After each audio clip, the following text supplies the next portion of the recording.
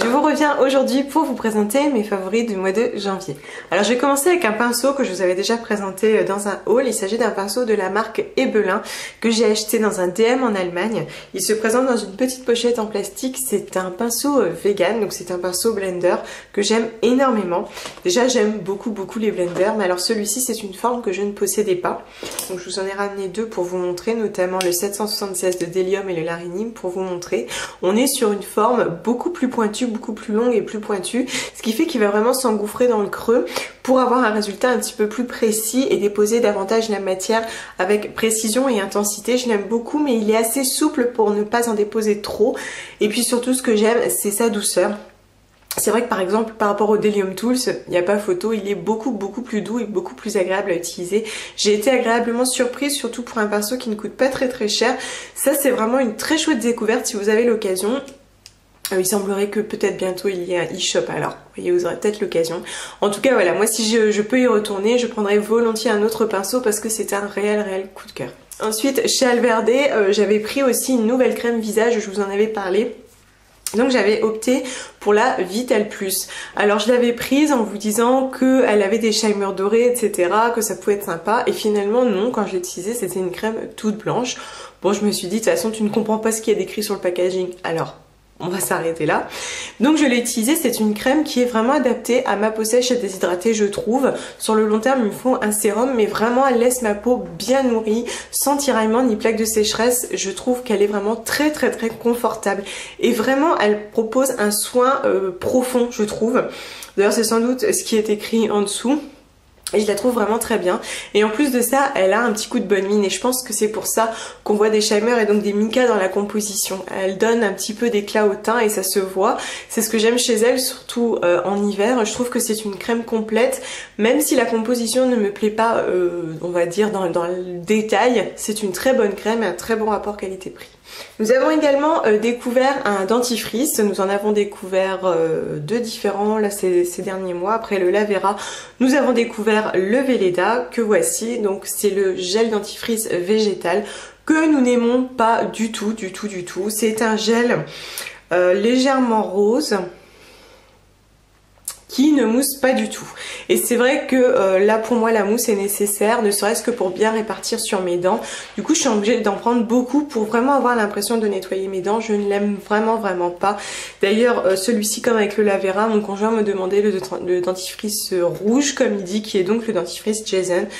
Vraiment moi je suis très déçue, j'ai du mal à trouver un dentifrice équivalent au Jason. À ce jour ça reste mon favori, d'ailleurs je l'ai déjà recommandé. Encore chez Alverde, décidément, j'ai découvert le beurre corporel en édition limitée à la rose, donc c'est le rose vintage. Il y a un petit chat qui se balade, qui va venir titiller ma choupette.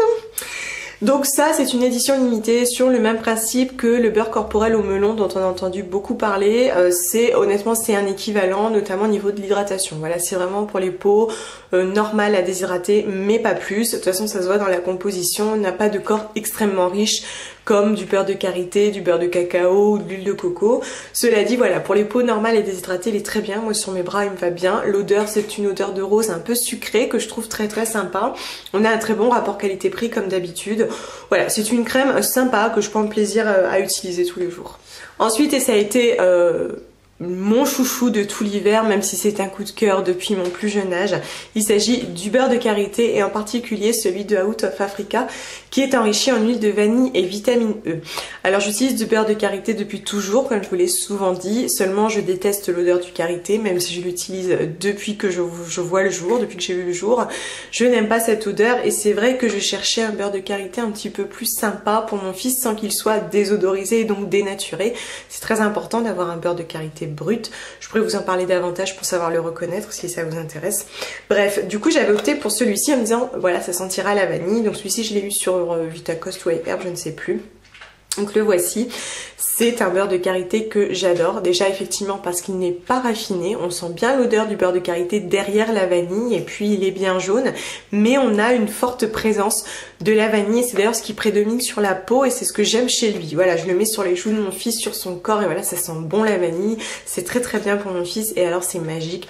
Je vous l'ai dit 258 fois, je sais, mais le beurre de karité est un incontournable, notamment sur les petits, surtout que la vanille fait partie des éléments qu'on peut mettre très très jeune sur les enfants. L'huile essentielle de vanille est la seule tolérée d'ailleurs chez les tout petits. Vraiment ça c'est un gros coup de cœur. Et puis j'ai découvert récemment un site qui lui aussi est un coup de cœur. Il s'agit du site de Au cœur des racines, chez qui j'ai pu découvrir cette bougie dont je vous ai parlé sur Facebook. Et ça c'est vraiment un coup de cœur également, vraiment un gros favori. J'étais assez surprise parce qu'elle est tout de même assez petite. Voilà, elle n'est pas plus haut qu'un petit Suisse, qu'un petit Gervais, vous voyez. Je l'ai trouvée petite en la recevant, mais alors vraiment c'est un gros coup de cœur. Donc c'est une cire végétale. Et en fait on n'a pas une mèche en coton mais une mèche en bois. Et je trouve que ça fait toute la différence. Donc moi j'ai celle à la verveine et cèdre. Et en fait, bon, l'odeur est divine, hein, voilà, la verveine, ça sent, c'est très citronné. Mais alors, la mèche en bois, j'adore. Il y a un petit crépitement et vraiment, ça relaxe. Qu'est-ce que c'est sympa, nous qui n'avons pas de cheminée et qui pouvons en manquer à certains moments. Il est vrai que ça apporte une certaine chaleur. Je l'ai montré d'ailleurs à mon conjoint pour voir si c'était pas moi qui en rajoutais. Et lui aussi a été convaincu. Il a été très sensible à ce petit crépitement. C'est aussi visuel hein, parce qu'on voit hein, que ça craque. C'est vraiment une mèche en bois. Et je trouve que c'est vraiment très sympa. En plus c'est un produit artisanal sur le site Au cœur des racines et c'est ce que j'aime beaucoup. Vous avez beaucoup de transparence. Vous pouvez avoir des infos sur le produit, la composition, le label, mais aussi sur l'artisan qui le produit, ce que j'aime beaucoup. Et là c'est pareil, vous voyez que c'est un produit artisanal et ça ne lui enlève rien. Voilà, j'ai terminé avec mes favoris. J'espère que vous allez toutes bien. Je vous envoie plein de bisous et je vous dis à bientôt. Bye.